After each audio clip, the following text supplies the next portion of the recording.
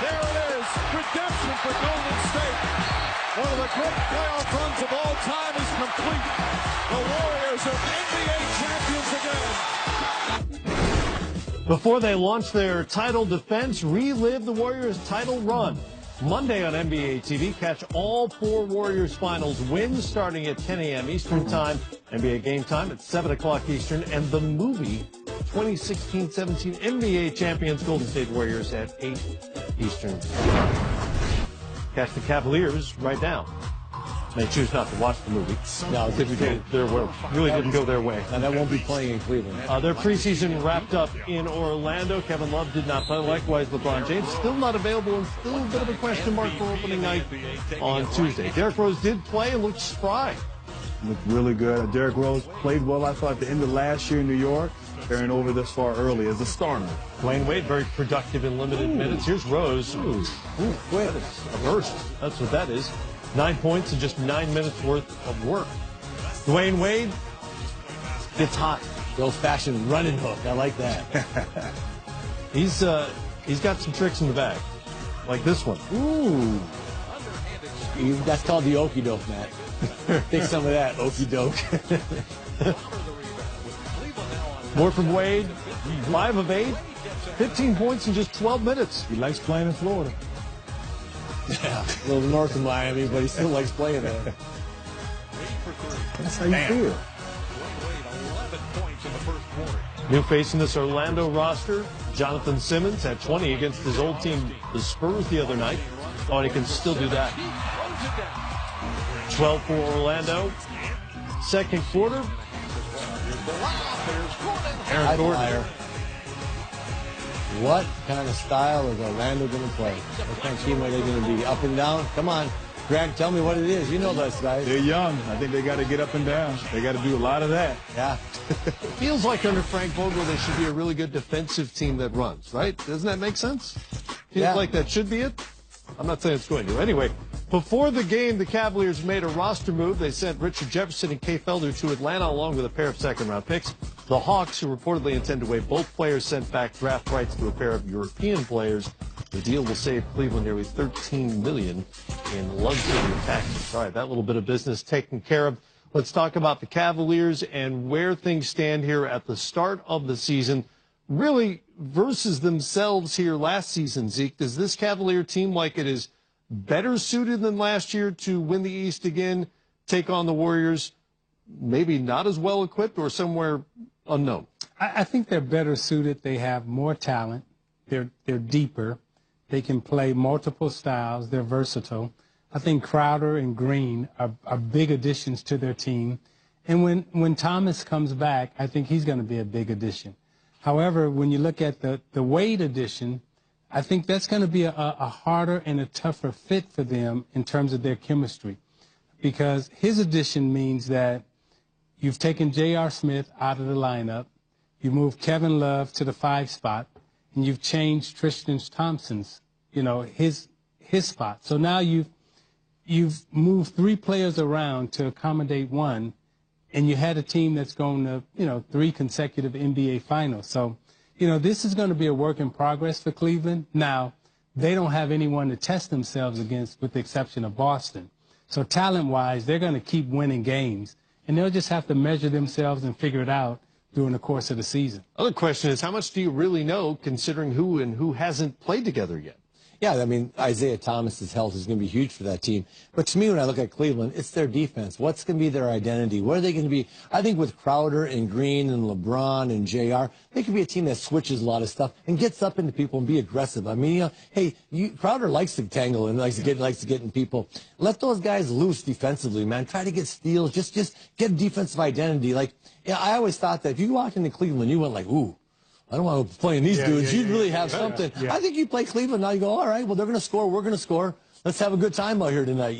They've got to change that up if they want to beat the Warriors. You got to get a nasty mindset and a nasty mentality to go out there and beat Golden State. They were a good defensive team just a couple of years ago, 22nd in the league in defensive rating last year.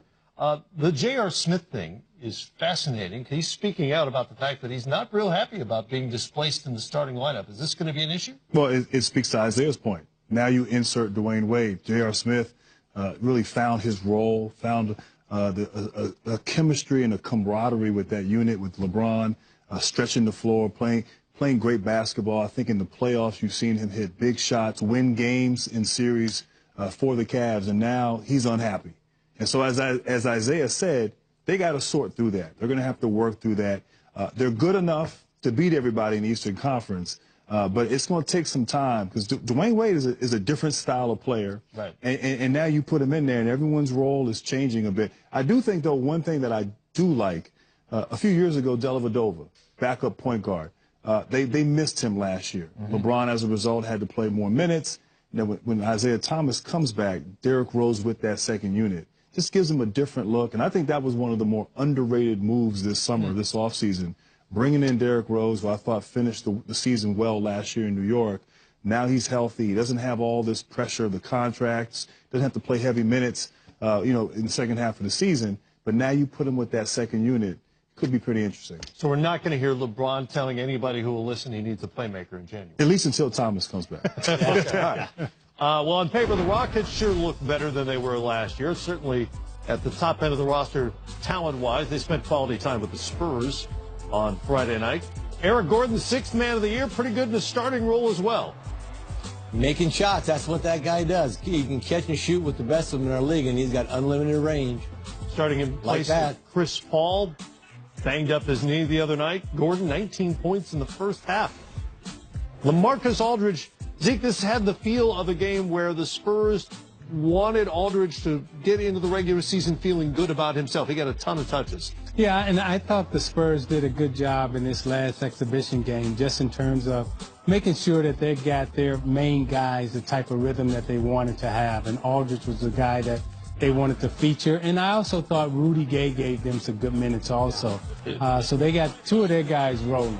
L.A. had 14 in the first half. Here's James Harden doing what he does so well. Going right. You don't see James go right much. Well, I might getting fouled, but yeah. He did go to his right, though, to do it. Manu Ginobili to Joffrey Laverne. Landed in San Antonio in the offseason. Then Manu. Ooh, crossover. Go to work on him, Manu. Hey, Manu's 40 years old. Sure. Yeah. 4 years old and bald. I remember when he was 20 and had long hair. Aldridge finished 12 of 21, 26 points, 10 boards. Here's Rudy Gay. He had 14. He moved well, Rudy Gay. He did move well. That's the big thing I looked at. Not how did he play, how did he move. Yeah. He had Achilles tendon surgery. I mean, that's in January. Yeah. That's legitimate career-ending stuff. Yeah. He moved well. I liked it. You talked about Aldridge getting the ball. I hope he did. He had a bunch of 6'4" dudes guarding him. Every time I looked, there was a 6'4" guy guarding LaMarcus Aldridge. Yeah. I'm like, kill that guy. But you know what was good about that is most of the time we watch a game and we see a 6'4" guy guarding a 6'11" guy. And they'll tell the 6'11" guy to move out of the post so the guard can go one-on-one. It was good to see San Antonio say, okay, punish that little guy. Exactly. Punish that little guy. Greg Popovich, by the way, said Kawhi Leonard is likely out for the season opener on Wednesday. He's been dealing with a quad injury. As for the Rockets, didn't see Harden and Chris Paul together in this game. We have seen stretches of them together so far. No telling what exactly the Rockets showed us in the preseason. But how do you figure this thing works? Well, it's interesting. Both guys are accustomed to dominating the ball. And now, you have to share that. And I have a feeling that at least Harden, this is his team. He's excelled. He was the MVP candidate. Chris is the new addition. How is he going to fit in? Is he going to space the floor and catch and shoot and play off of a James Harden, where his whole career he has been the facilitator. He has been the quarterback on the floor. So we talked earlier about Cleveland having to work things out. These two guys are going to have to figure out. And if they can learn to sort of share and coexist and share responsibilities, then I think it can make them better. But that's easier said than done when you're dealing with that type of talent and mentality. I mean, it feels to me like skill-wise, each could do it and make the adjustment at different times. It's just a matter of accepting you're not going to have the ball in your hands all the time. You're right. Sometimes that's easier said than done. Coming up here on Game Time, Doug McDermott had the preseason finale feeling on Friday night. We've got McBuckets full of highlights left.